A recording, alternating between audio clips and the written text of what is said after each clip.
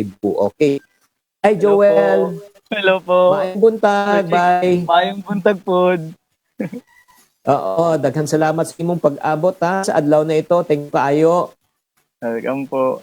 Dagan salamat Kamusta din ng po.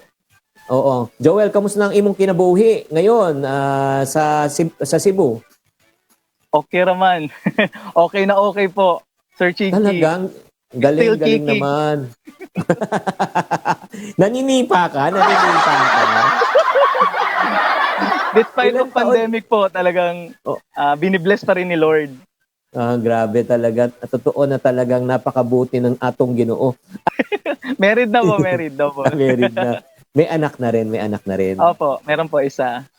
Oo. Sige nga, nagbigay ka na nga ng konting storya. Dati ba ikaw ay gastador or talaga ikaw ay marunong na mag-ipon? Actually po before, honestly speaking talagang hindi po talaga ako marunong mag-ipon, no? One day millionaire po ako, kung anong mga maisipan kong mga bilhin, sige, kung saan ko gusto pumunta, dun lang po. As in totally, wala pong natitira sa sweldo ko, wala po akong nasisave. Negative pa, nababaon pa ako sa utang. Oh. So, Opo.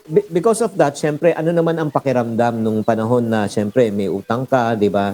Anong pakiramdam mo?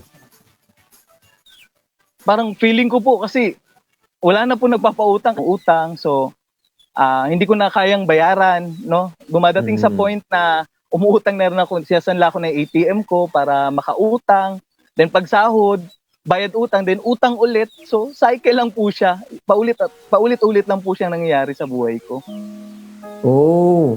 Maraming taong ganun ha, mga kabalo, mga friendship, no?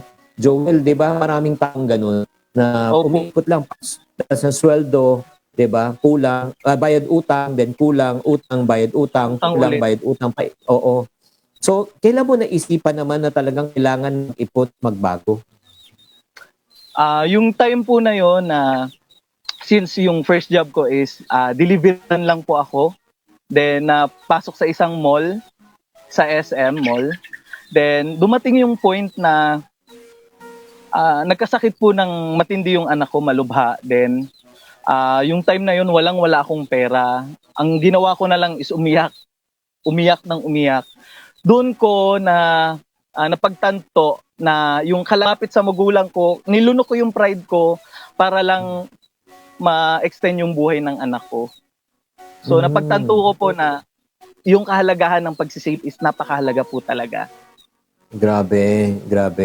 Oo naman. So, I'm sure nasa mabuting kalagayan ng anak mo ngayon. Opo. Oo.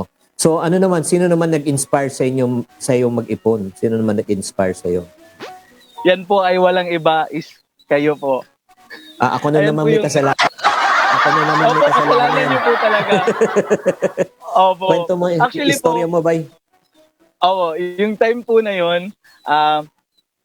since walang-wala na nga po kami, so parang antika para maluto yung itlog, gagamit ka ng dahon ng saging, alam mo po yun.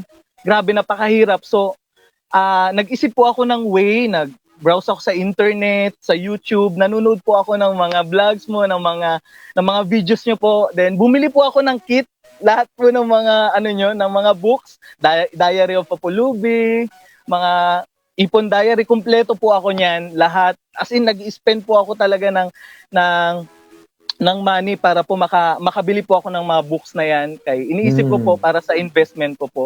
Then doon po, Wow. natutunan ko pong mag-save.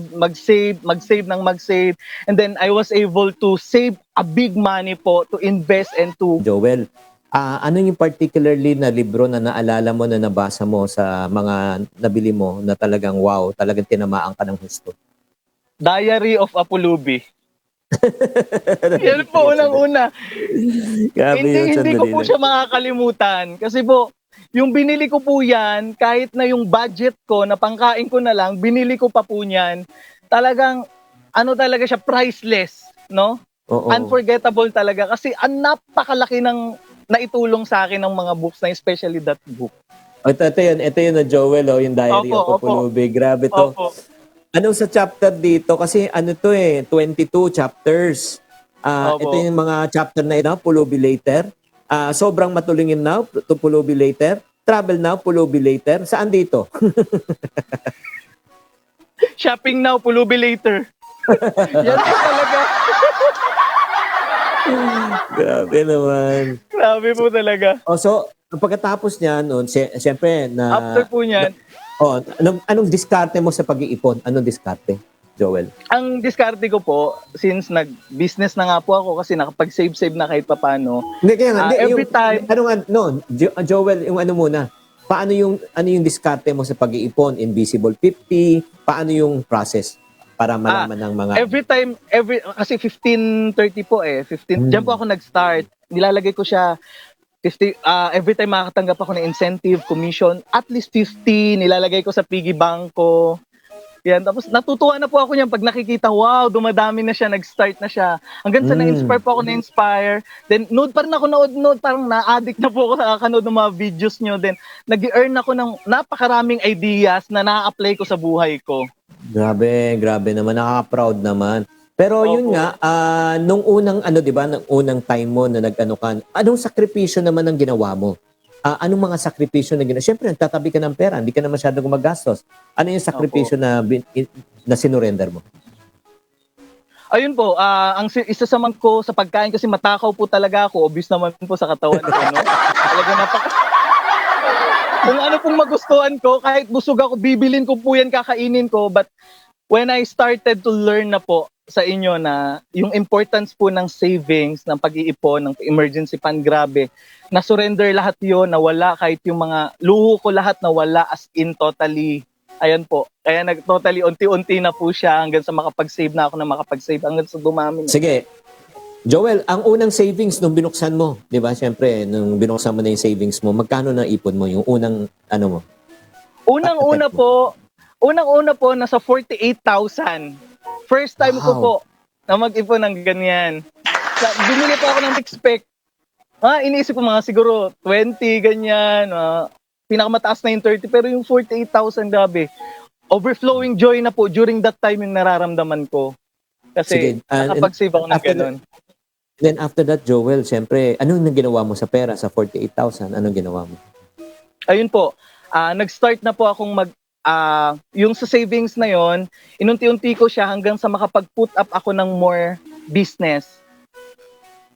Pag-put up ako ng mga businesses pa hanggang sa nag-ipon ulit, business ulit, put up ako ng iba-ibang klaseng business po.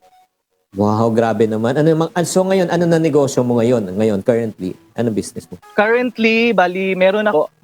Ano pa? Nung nagsimula po ako, dito ko lang po sinusuplayan sa buong Cebu hanggang sa umabot sa naging nationwide na po. Then dumating po yung point na nung lumakas na po siya, international na po siya, yung mga sinusuplayan ko po. As in, totally, ang daming bansa po yung mga nasusuplayan natin. Wow, grabe naman, Joel. Nakaka-touch ka. Oo. So ngayon, kamusta ng buhay ngayon? Siyempre, kumikita ka na ba? Paano nabago ang buhay ninyo ng buong pamilya? Dahil po dyan, unang-una, syempre, lumapit kami sa Panginoon kasi iba po talaga pag may guidance ni Lord eh. Kasi napatunayan ko na kapag may pagsama ni Lord, na once na ginamit mo yung kaperahan mo, yung yaman mo, no? Nakasama mo si Lord sa mga plano mo, i-bless ka lalo eh. Magiging unstoppable blessing and overflowing blessing yung mararamdaman mo. Then yung blessing na po yun, nagamit ko po siya sa mga naging channel of blessings ako sa iba, nag-share ako ng mga knowledge, hanggang sa, even sila, no? Nahawaan po ng passion ko kung paano mag-save, kung paano maging authentic o tunay na maging ipunaryo. No? Wow. Nagamit din po nila yon. Hanggang sa dumating yung point na maging 5-digit, 6-digit to save, makapag-travel abroad, like sa Hong Kong, ganyan. Grabe po, the best po si Lord. Nakabili ng mga property dito na sa bandang, diri po sa Cebu rin, sa Busay, nakabili po kami ng mga lot. Ayan po, then nakabili kami ng mga delivery na sasakyan. Wow, grabe po, grabe si Lord. Grabe, Joel, nakakaiyak naman. Nakakaiyak talaga. So, itong nangyari to sa inyo, bigyan natin ng timeline lang. Kailan to nangyari nung lubog ka sa utang at nag-ipon ka? Kailan yun? Anong taon? Last 2016 po. Then 2016. 2017 na po ako nandito sa Cebu. Tuloy-tuloy na po. So, kailan ka nag-unti ako na isulat tong librong ito? Itong libro na ito ay nilabas, kailan to? 2017. Ito, 2017 to lumabas. Nag-start na po 2017, 2018. So, 2017, grabe talaga. Ay, anong masasabi mo sa mga taong nakikinig at sa radyo at nanonood ngayon sa 1PH, no? Sa mga taong medyo kaparehong rin dati na lubog sa utang, walang ipon, ano yung maipapayo mo ngayon, Joel? Ito po, huwag po kayo mawawala ng pag-asa. Kasi habang buhay may pag-asa. Remember yung word ni Lord sa Jeremiah 29:11 na, "For I know the plan." Magtiyaga ka lang na magtiyaga, no? Mag-gather ka ng mga idea. Pray first, gather an ideas. Once you have the idea, no? I-execute mo, then ang result is success. The best pa rin. lahat ng opo. Kasi yan po yung mga in-apply ko no? Lalo na pag Grabe may ka. pagsama ni Lord yung gagawin mo, matindi. Lahat panalo. Lahat ng mga ideas mo, magsasucess ka, no? Walang talo, promise. And you will Estudyante- able to Yeah. yes po, you will able to share your knowledge pa sa iba para maging channel of blessing ka rin sa iba. Joel, talagang estudyante kita. Estudyante kita. 'Di ba? Parati ko sinasabi 'yun, 'di ba? 'Di ba? Puta. Pero pag dili mo alam kung anong gagawin mo sa imong kwarta, mauubos 'yan. Pero kahit na ikaw, 'di ba? Gamay ang imong kwarta, pero pag ikaw naman natuto ka, magkaroon ka ng isang magandang idea, ito na magbabago ng imong kinabuhi. 'Di ba? Ay, grabe ka. Alam mo, Joel, ito ang gagawin natin. May pwede ba ako magbigay sa iyo ng encouragement at ng payo? Oo. Sure po, Pwede. sure po. So Joel, ang suggestion ko since yun nga, nangyari na ito, maganda yung naging resulta, gumawa ka ng channel mo sa TikTok or gumawa ka sa YouTube, 'di ba? Para i-share mo. Mag-share ka rin ng mga ipon tips, mag-share ka rin kung paano para maka-encourage ka pa rin ng ibang, para baka may mga ibang tao, pwede bang bumili sa Sige iyo po. yung mga tao ng mga danggit ba? Danggit ba? At anong Yes binebenta po, niyo? danggit. Mga dried fish po, mga danggit at pusit. Dried Oo. mangoes, mga chorizo po. Oo, parang gusto ko yan pwede bang umorder ha? May Sure, shipping sure naman, di po. ba? Pwede i-ship Sure naman po, dito, opo. di ba? Nationwide, Oo. pwede po door to door. Through Sige, LBC. sabihin mo na lang, i-promote mo na. Ayun po. Gusto kung sa mga kaipunaryo ko na nagbabalak na mag-business at nagbabalak na matikman ang pride ng Cebu, visit Fresh Danggit and Pusit Cebu. Grabe.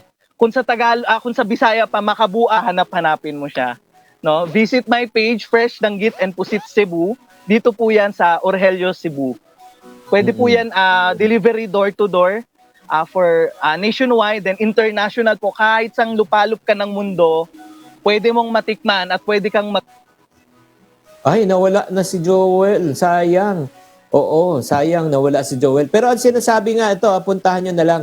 At yung sinasabi po ni Joel, hindi totoo yan na hindi mo makakalimutan. Hindi po. Makakalimutan mo pag nakain mo makakalimutan mo ang pangalan mo sa sarap.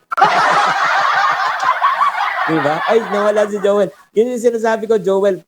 Yung sinabi ko na, sinasabi mo, hindi mo makakalimutan pag... Joel, hula ka naman. Malay mo, ikaw magwagi ng 1,000 o 2,000. Oo, magkano itong hawak ko? Tagbe-20 to. O magkano? Hula ka. 1,500. 1,500. Unang hula. Dalawang hula ka.